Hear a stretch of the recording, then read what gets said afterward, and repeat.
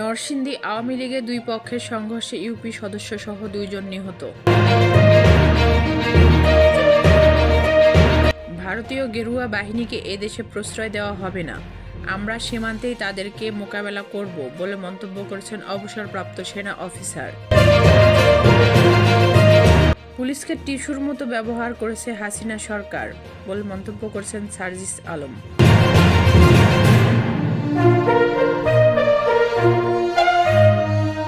আওয়ামী লীগ ও জাতীয় পার্টি দেশের 50% মানুষের প্রতিনিধিত্ব করে বলে মন্তব্য করেছেন জিএম কাদের।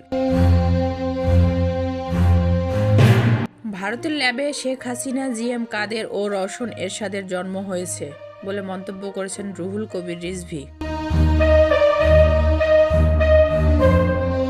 আমাদের প্রজন্ম দায়িত্বহীনতার পরিচয় দিয়েছে বলে মন্তব্য করেছেন উপদেষ্টা শারমিন। জরুরি ভিত্তিতে ভারতে নিযুক্ত 2 কূটনীতিককে বাংলাদেশে ফিরিয়ে আনা হলো।